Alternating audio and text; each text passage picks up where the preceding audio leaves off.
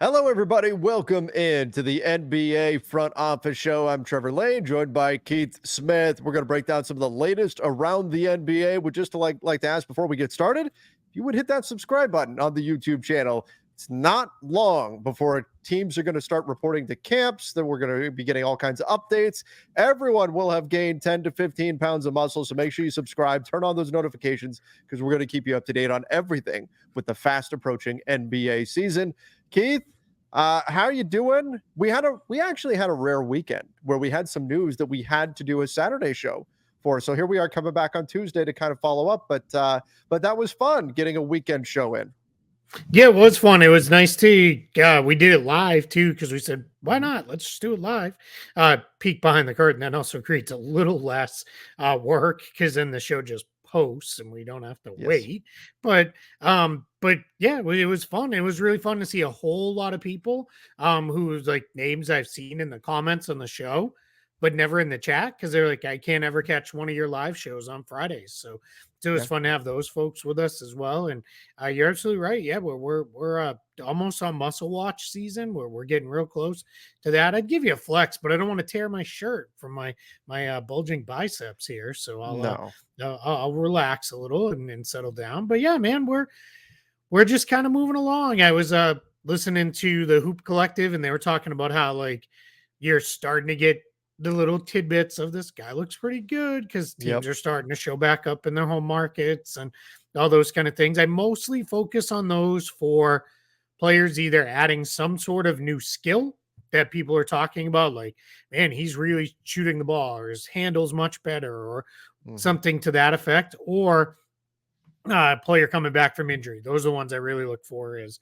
he looks pretty good. He's been going without restrictions. He's moving well, though, those kind of reports. But yeah, we're 2 weeks from today. By the time, so we're recording this a little bit late in the day for us. Yeah. But by the time we get to exactly 2 weeks from now, Celtics Media Day will be over for the day. So that's how close we are to training camps opening. We're 2 weeks out for the Celtics and Nuggets, and about 3 weeks for everybody else.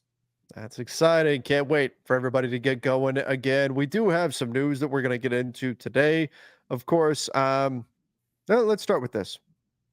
We'll go. This is not scheduled nonsense quite, but let's start with something kind of fun. So, Trae Young. Keith, do you know Skilo? You were around. Yeah, wish it was a little bit taller. Exactly. Wish it was a baller. Wish I had a rabbit in a hat with a bat and a 6'4" Impala. There it is. That girl looked good. I would call her. That's Skilo. That's Skilo. That's Skilo. That is him indeed. Now, Trae Young is a baller, but he does wish he was a little bit taller. He, in fact, there's a comment from Trae that's going around, and I watched the video of him saying this. He thinks he would be the greatest to ever play if instead of 6'1" or 6'2", he couldn't decide which he actually is, if he was just 6'8".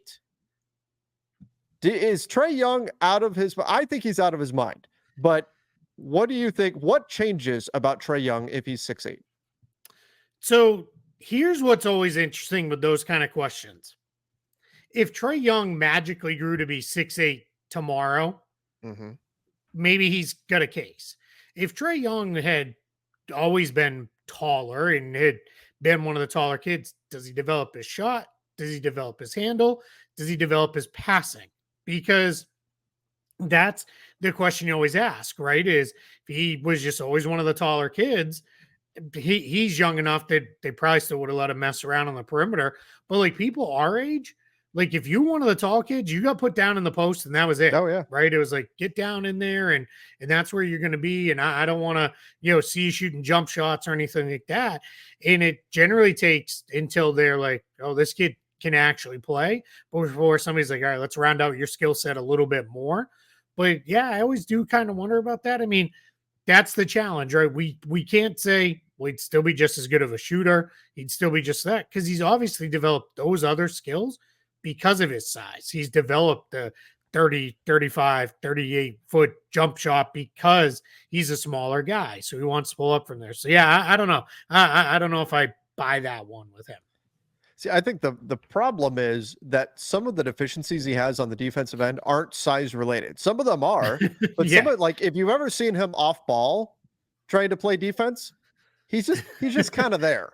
He's just Yeah, kind of out there. He's that's just a a good body. point. He's on the floor. That doesn't get fixed by being 6'8". Now I know everybody's going to be hyper, confident, and these guys are professional athletes, and so they're going to be Sure. extremely confident. But I mean, to me, I went, you can't play one side of the court and say I would be the best ever if only I was 6'8". Now, if he was a defensive dynamo too, okay, all right, Sure. then we're having that conversation. But he's not, and that's why I was surprised to hear that. But then let me ask you this: if every player in the NBA was the same height, who's the best player? Ooh.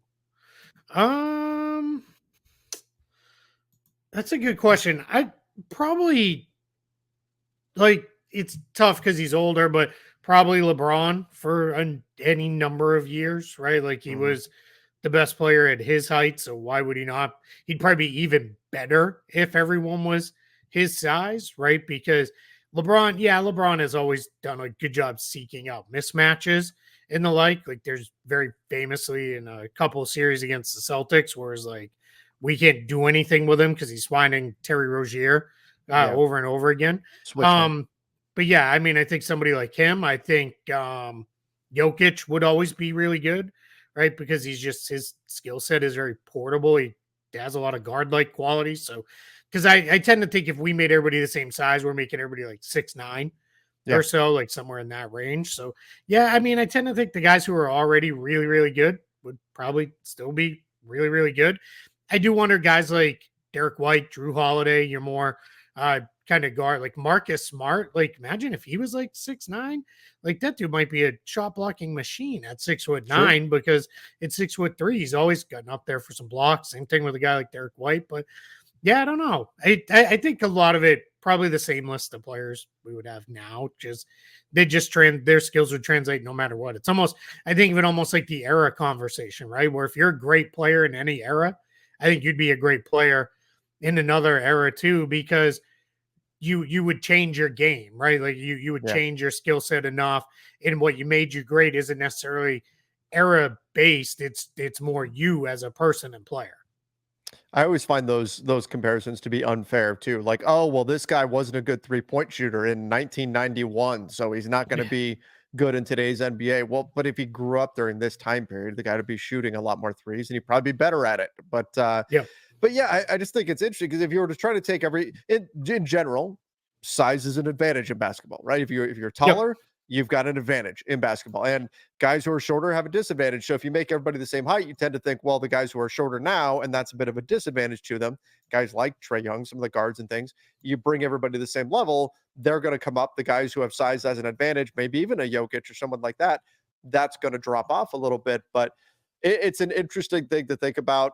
Trae Young, apparently during the offseason, he dreams about being taller, but yeah, I don't know. Just kind of wanted to start with something fun there. I do think I think like if we did this through all time, like Allen Iverson skyrockets, Oh yeah, without a right? doubt. Yeah. Also, too, a guy like AI, it was remarkable he played as much as he did because he took an absolute beating Yep. night after night. Because he was, I mean, this was talking about one of the more fearless players ever at his size. At was he basically 6 feet going in there and getting drilled and knocked to the floor. He was always among the league leaders in free throw attempts because he would get inside and take those hits. Yeah, if he was 6'9" and just bigger all around, and he still maintained his game, well, he wouldn't get banged up as much because he'd just be a Yeah. bigger guy with that. So yeah, it definitely is a interesting conversation. I always thought the one for me where the era stuff got really difficult was with like football. Like this always comes up with Oh the yeah. the undefeated Dolphins team, and like, well, would they went undefeated, so would they beat anybody in today's game? And then you look at it, it's like their offensive line averaged like 260 pounds or something like that. And it's like, well, yeah, probably not, because now like 260 pounds is like a linebacker. So you're Right. probably, but then again, if you transported them, built them up to the same size, then what does it look like? Those are the things. But yeah, if you just drop them into today's game, yeah, they're probably going to get their head stomped. And it's just like I always said, if you dropped LeBron James into the 1950s and 60s NBA, they'd be like, what is this? Like Yeah. who, Oh yeah. this guy's the biggest player on the floor, but he's also can handle the ball and he's like a freight train, going down the court. Like, well, what are we watching here? It would be like, did you see the what was the movie with the Flint Tropics and Jackie Moon, Yeah, Semi-Pro, semi-pro. where Yep. they throw the first alley oop ever, and Yeah. everybody just nobody knows what's going on, and at first the Yep. referee calls a foul because he doesn't know what it is. He just assumes that it should be legal. That would be LeBron. You drop LeBron Yep. into that time period, and they would just the referees would call something because they would be like, we don't know what's happening. We don't know what that Yeah. is. What's going Well, on here? now my dad checks in and says they call him for traveling because that's all they all do now is travel and carry on every single play. How do you watch this garbage? Like that's what he always says. Oh well, that's the way Yeah. we get, you know. Yep. All right, let's jump into some NBA news. Enough of our scheduled nonsense, our early scheduled nonsense here. The Nets, their asking price for Cam Johnson, it's high, but I mean, shouldn't everybody's asking price be high for all their plays initially? Sure. But Should start out that way. yeah, should start out Well, that way, and except then for you maybe can. Zach LaVine. You probably want to start thinking about Yeah, changing Zach up there. Levine, Ben Simmons, maybe another net, like, unless they're really planning on making him, an expiring contract that you can use as a trade chip or something like that. But looking at these net salaries, when we look at Cam Johnson, good player, wings are in high demand and everything. How do you see him? Is he 23.6 million this season? Actually declines for a year, 21.6 million after this. So goes down by about $2 million and then back up. Yep. Is he properly valued on that contract? Yeah, probably. I would say that's probably pretty fair. Yeah, he's owed 60, let's call it 69 million. Nice over the next 3 years. So call it 23 million a year just to make the math simple. So yeah, I think we're in a spot where that's fair for him. Okay. I mean, that's a pretty good contract. We're talking, what is that roughly off the top of my head? That'd be in the range of 16% per year, and you have it up on Spot. Sorry, I was looking at my sheets, and now I see you pulled it up here. So yeah, about 16% or so of the cap next season, and then going downward from there. So yeah, I think that's a very fair value for him. Now, like we talked about with Mikal Bridges, a little older, right? He was an older prospect when he came in. He was not one of these guys who came in at 18, 19 years old. So he is 28. But if I'm the Nets, the bigger question is Cam Johnson on this contract at his age going to be a part of the next really good Brooklyn Nets team? That may be 4 years from now, 5 years from now, whatever it is when they finish this round of rebuilding. Is he still going to be here? Then if not, then you need to think about trading him. But to your point of, shouldn't everybody have a high asking price? Yeah, for right now, sure. Yeah, keep that asking This price time high. of year. There's no reason to look to move him for now. You can just hang on to it and feel pretty good about where the number's at. This time of year, asking prices are going to stay high. They will come down February 4th, something like that. In that With the range. trade deadline's the 6th. Yep. That's the way it tends to go. Prices are high in December. They stay high in January, but there will be some fluctuation there, and then people get serious like a week before the trade deadline. It's just the way that it goes. The deadlines bring urgency. Yeah. Let me ask you a question on the Nets. Yes. So I'm going to take Ben Simmons out of the mix because if Ben Simmons is traded, that's because it's an expiring deal, and the Nets are taking on money to get paid to get Simmons out of there. They'll probably get draft picks, young players if they do that. So I'm going to take him out of the mix. I'm also going to take Nick Claxton out of the mix with this question, only because they just re-signed him. So Cameron Johnson, Bojan Bogdanovic, Dorian Finney-Smith, Dennis Schroeder, those 4 veteran guys. How many of them are still Brooklyn Nets after the trade deadline? Just because trades are difficult in today's NBA, I think the answer should be none of them. That should be the answer, that none of them are Nets, that they move on from all of them.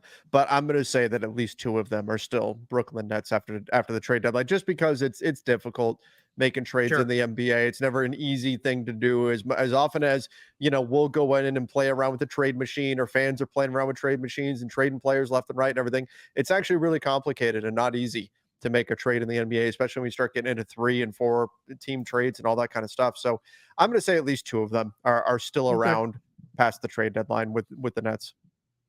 Yeah, I kind of think Johnson will still be there because I think that's just going to be one where I don't know that they'll come down enough in the ask for it to Yeah. make sense for them to move him. But Bogdanovich, Finney-Smith, and Schroeder all effectively on expiring contracts. We'll see if Finney-Smith opts out or not for next season at 15 million plus. But Schroeder, that's a pretty easily acquirable number at 13 million. Bogdanovich, 19 million expiring. The Nets are hard capped at the first apron, but they've got, by my calculations, I believe, they're about 5 million under that number. So that's a little easier for them. But let's see what they do in the Simmons trade. If there is a Simmons trade, I would be doing everything I could to try to trade him and take on longer term bad money from a team. Yeah. If I was the Nets, now I know some Nets fans are like, well, wait a minute, we could have 30 plus million in cap space next summer. I get it, but are you going to flip it that quickly? Because if Are you you're ready not, to spend it? Yeah. exactly, get some assets in there in terms of more draft picks or younger players that can really grow forward in exchange for shedding Simmons. Like if you could take on a contract that somebody else is like, man, this thing's killing our cap sheet, move on from the guy and go from there. But yeah, I'm very, very curious to see what the Nets do, basically everything but on the court. Because on the court right now, I think this is the worst team in the NBA. I don't even know that it's going to be particularly close because not only are they not really trying to win, and there's a couple other teams, but there's not a whole lot that you're invested in here other than maybe like guys like Cam Thomas, Daron Sharp, Noah Clowney. You're not even really overly interested in developing. If you're the Nets, like the bunch of these guys are not your guys going forward or for long term. So they don't really have any kind of reason to try to play and let guys play really well and those kind of things. So I think it's going to be a real ugly long season in Brooklyn, but by design with hopefully a really good draft pick coming their way and a guy who can be their next franchise guy. And Cam Thomas is going to score lots of points in the Oh, yeah. meantime, and he'll go on heaters every now and then. I think of that when I said 2 will stay, Cam Johnson and Nick Claxton are the 2 that I was thinking of, just because Okay. Yeah. you don't have to move them. You could move them this summer. You can do something Sure. else with them. I think they should be very motivated sellers on Bogdanovich, on Dorian Finney-Smith. I know I know DFS has a player option, but I think that now he's 31. Now is probably the time to move on from him if you can. And then Schroeder being an expiring contract, get what you can for those guys and then move forward from there. Dennis Schroeder could be a guy like a point guard gets hurt somewhere or something like that. And suddenly he's in demand because we know what he can do. So those are the guys that I would expect to get moved. Though if I'm an opposing team, I'm most interested in Nick Claxton and Cam Johnson. I just think they're going to carry, and rightfully so, higher price tags that'll make them a little bit more difficult. And I don't think the Nets will necessarily have to be motivated sellers with them the way they will those other 3 vets. Yeah, and I kind of took Claxton out of the mix in the question just because they just re-signed him to this contract. It's a very reasonable contract going forward. As you have on the screen, I know it's a little small and some people are only listening, but he's at like 28.4 million this year, and then it goes down by about 2 million or so, about 2.3 million each year. And by the end, in his 4th year, he's at 21.6 million, which in 27-28 is only going to be 11.5% of the cap. So we're talking that's effectively a mid-level type deal by the time we get that far out. And like, that's just, to me, that says, all right, like we're in a spot here where Nick Claxton's the kind of guy we could kind of bring in here and not build around, but he could be a part of whatever we're building next.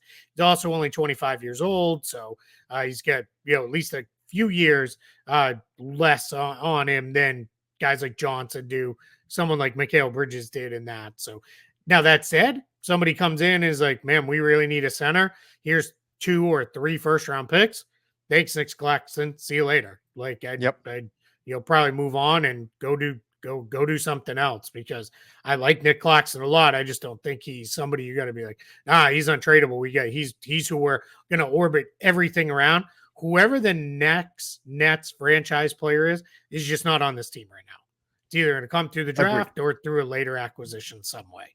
Agreed, which means everybody has to be viewed through the lens of, are they part of the long-term future?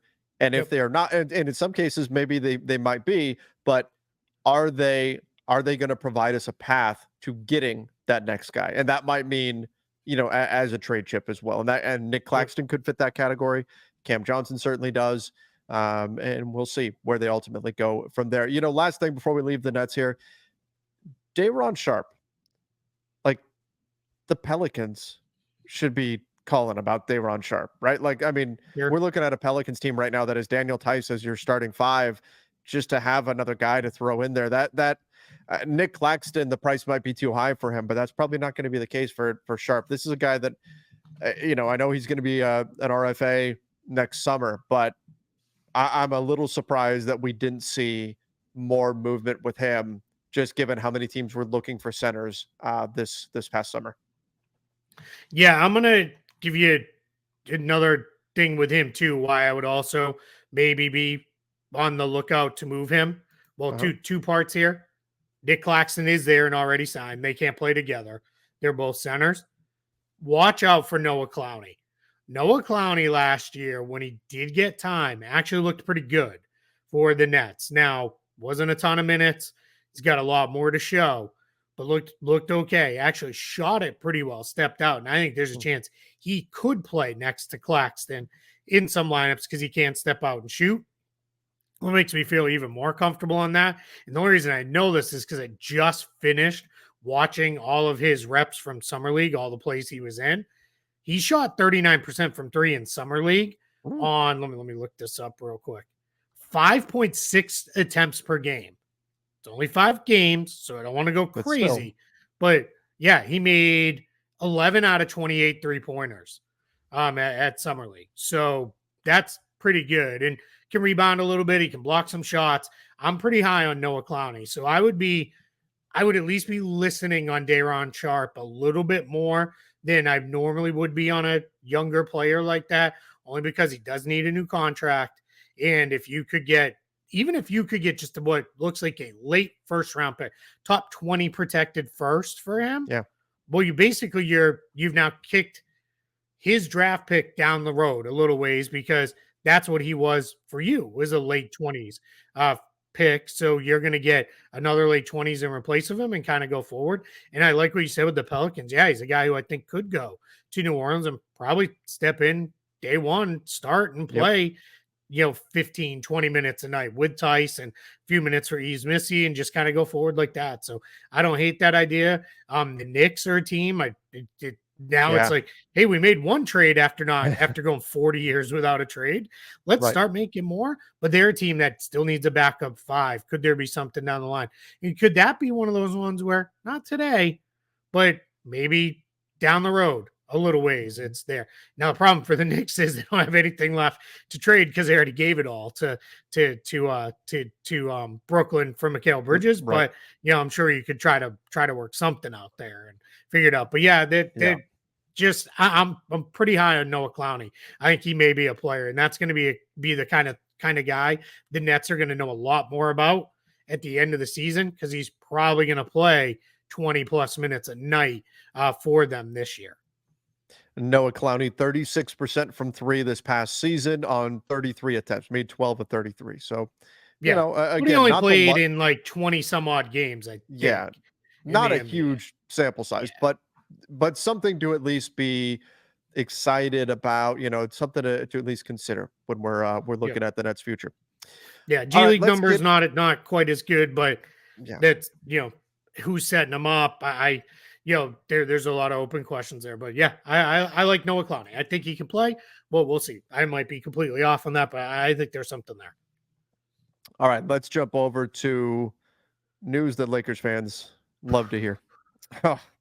Down bad, Keith. Christian Wood out 8 weeks. We're now at a point where within a few days we got, Jared Vanderbilt may not be ready for training camp. He got injured February 1st. May not be ready for training camp. not good. And Yep. now Christian Wood, the two guys at the end of last season where we were saying, man, it would be nice if they had Christian Wood and Jared Vanderbilt. We're going into this next season. Man, it would be nice if they had Christian Wood and Jared Vanderbilt out 8 weeks. Now, 8 weeks is the reevaluation timeline the Lakers gave. They are notorious for overestimating those or underestimating, whatever. It's usually longer than what they say. So they're notorious for that. So it wouldn't surprise me if he doesn't get reevaluated till closer towards the tail end of November rather than mid-November. And then he'd have to ramp up, even if he's given the green light there. So we probably don't see Christian Wood on the basketball floor until sometime in December at the earliest. This is a tough blow for a Lakers team that is not very deep, despite having 15 roster spots filled. They're not a deep team, and they were definitely going to rely upon Christian Wood a bit. They didn't add anything over the summer aside from Dalton Connect. As a rookie, you brought in Bronny James too, but I wouldn't expect him to play a lot. So Christian Wood being out is actually kind of a big deal for maybe the Lakers should call on Day'Ron Sharpe. They should be making that call right now.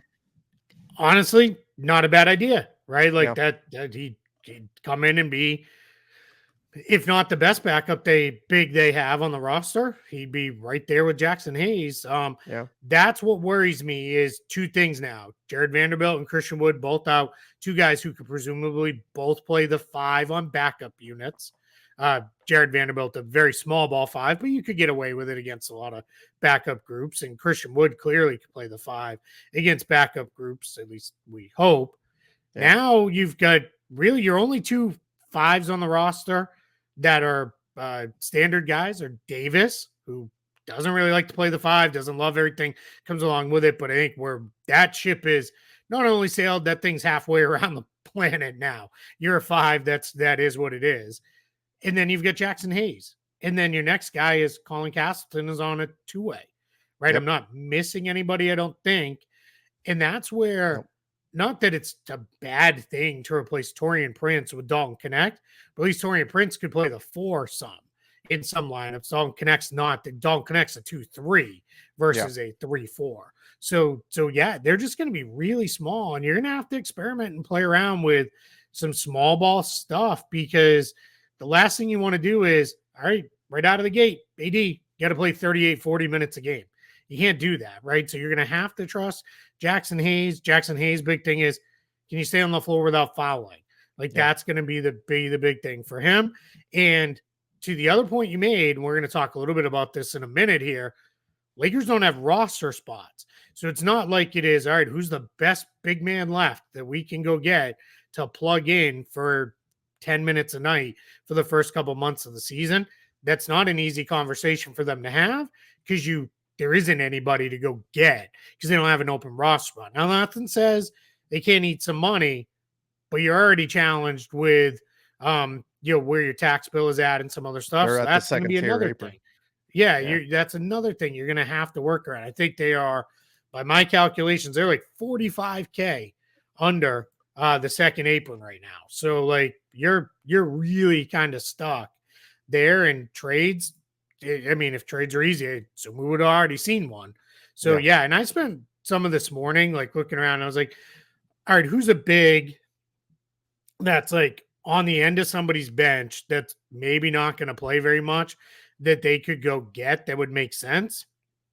And the list is just not very long, because either they're not good enough to invest anything in going to get them, or they make just a little too much money to make a trade very feasible. That's where this starts to get really challenging for the Lakers. Is there's just not somebody where it's like, all right, go get that guy, because some of these guys, even the tough part is even making a deal for a guy who makes $12 million is not an easy thing for the Lakers to go do.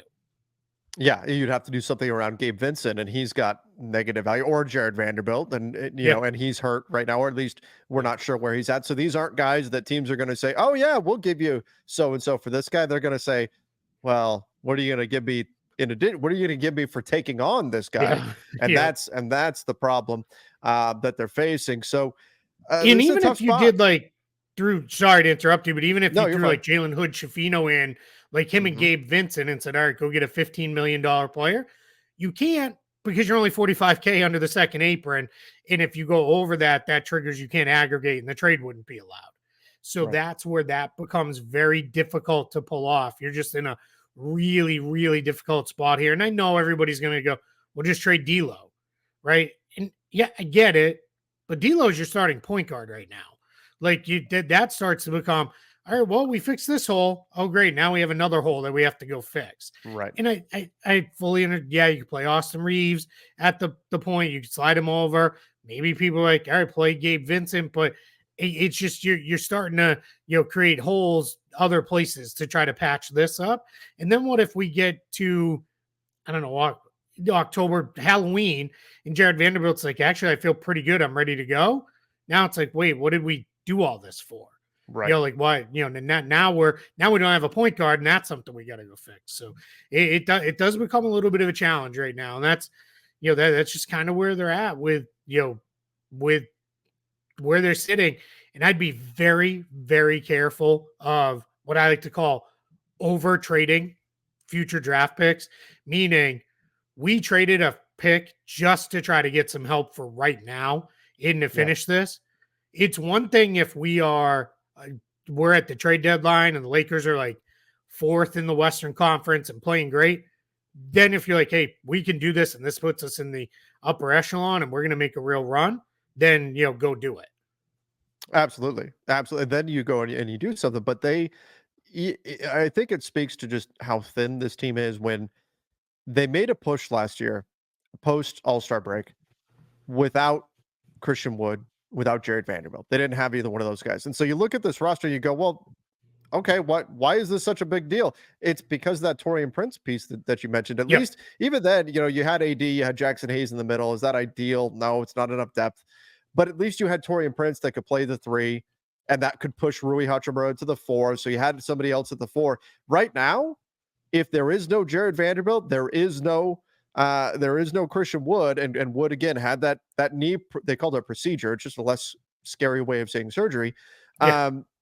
So right now, your backup 4 behind LeBron, I think it's Cam Reddish. I mean, that's probably your backup. Like realistically, you're going to stagger things so that Rui is getting most of the Rui Hachimura, who's 6'8". He's getting, going to get a lot of those minutes. He's sturdier than Cam. But right now, if you were to map it out, like who's your backup 4, it's probably Cam, and that's a bit scary. And again, part of that comes into Taurean Prince. You lost him. He went on a minute. Had you had a roster spot, he probably would have stayed, but you didn't have a roster spot to give him. He took a minimum contract with Milwaukee, and now they're kind of in this spot where the position we were saying all summer long they needed to add another big. Now they really need to add another big, and not addressing the position this summer, not addressing that position really last summer either. It's coming back to haunt them. So we'll see what they do, if they're able to plug that leak or not. But right now, they're going to be struggling, I think, to try to figure out what to do in the middle, especially if Jackson Hayes finds himself in foul trouble, which that's been an issue for him in the past. Yeah, and just to really kind of make it, can you pull that back up real quick? Yeah. Sorry. So right above our pictures, Jalen Hood-Schifino this year, $3.879 million. Just to illustrate, and I'm only doing this to illustrate how tight to the margin it is for the Lakers. They are hard capped at the first apron, right? If I remember correctly. Am I right? They may not be. No, they're but not. They would be. They're above the first apron. The first apron. They're over the first apron. They're 45K shy of the second apron. Not hard capped at the first apron. So let me rephrase this. They're not hard capped at the first apron, but one of the things that means they can't do is take more salary in a trade. Let's just say the Lakers said, you know what? Day'Ron Sharpe's our guy. We're going to give up one of the first round picks and Jalen Hood-Schifino for Day'Ron Sharpe. They can't, because he makes about $100K more than Jalen Hood-Schifino does. So they would not be able to make that trade.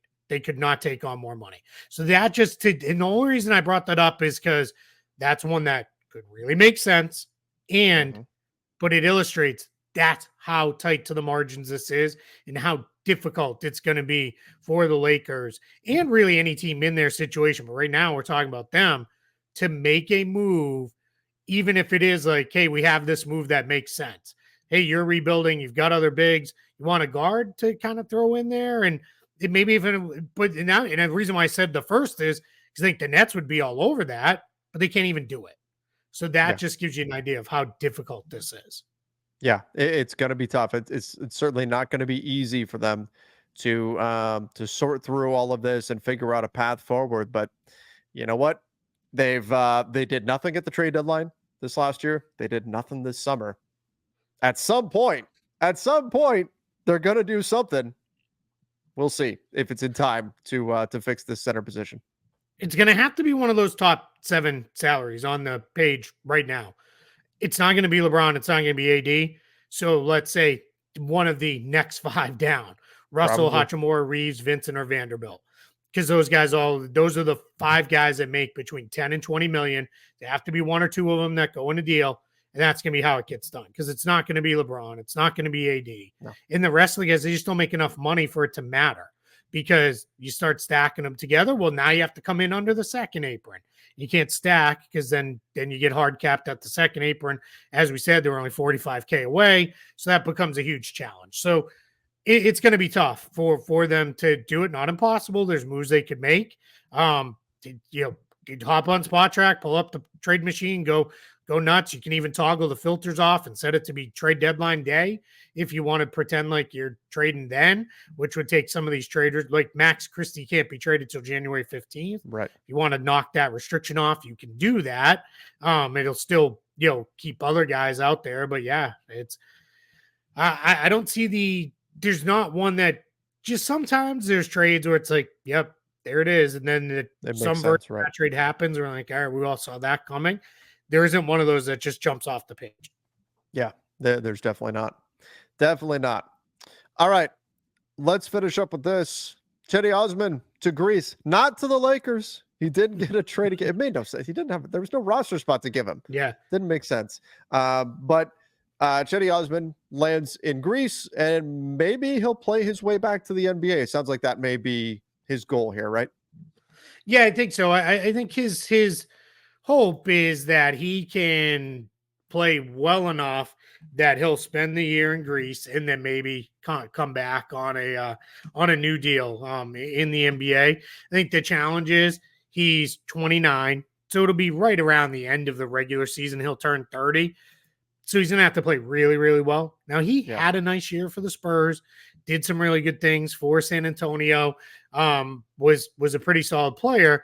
But I think the challenge is once you cross that 30 barrier, it's going to be like, all right, how much are you going to be additive to our team? Where are we going with this? Sounds like the only offers he had in the NBA were minimum contracts, maybe even Exhibit 10 type offers where, hey, come and maybe you can find a way onto a roster.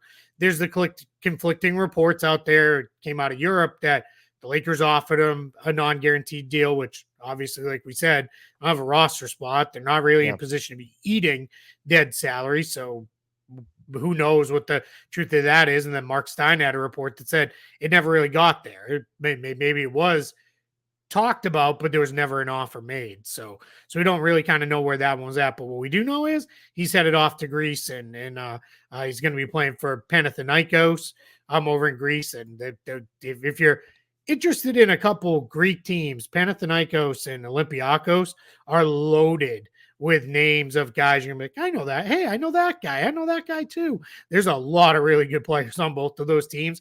And that is that rivalry is like Celtics Lakers times 100 only because they're like right there with each other.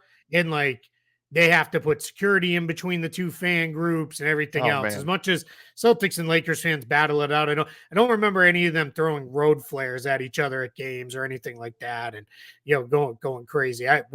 So I'll just tell a very quick story. When I think I was 14 or 15, my dad was working in Greece, and we went to a game, and it was and we went. It was not Olympiakos and Panathinaikos, but we went to an Olympiakos game, and I was like, "What is happening here?" Because people were throwing coins at the players on the floor, and like, yeah, it was bananas. And I was like, this place is crazy. The only thing I've seen like that was we went to a couple South American soccer matches back in the day where it's like these people are nuts. Like, it's but it was something else. It was an environment like I've never seen. And so yeah, so if you're looking for something, that's if you can find a way to watch it when those two meet, they hate each other and they're both really, really good. They're both going to be in contention to win the Euro League next year, as well as the Greek League and everything else. It sounds like it'd be a fun game to go check out. That's for sure. Yeah. All right. Well, I think that about wraps things up for today. Of course, again, as we get closer and closer to the NBA season, there's going to be more and more news coming out. We're going to start hearing about who's put on the 10 to 15 pounds of muscle. We're going to start hearing about how everybody looks great. Everybody's in the best shape of their lives. We're going to start hearing all that kind of stuff as guys are reporting back to their home markets, getting into these workouts and all that kind of stuff. But exciting time of year because we are just weeks away from the NBA truly kicking off this next season. So thank you again, everybody, for joining. Make sure you do subscribe right here to the channel. Until next time, we'll see you and stay safe.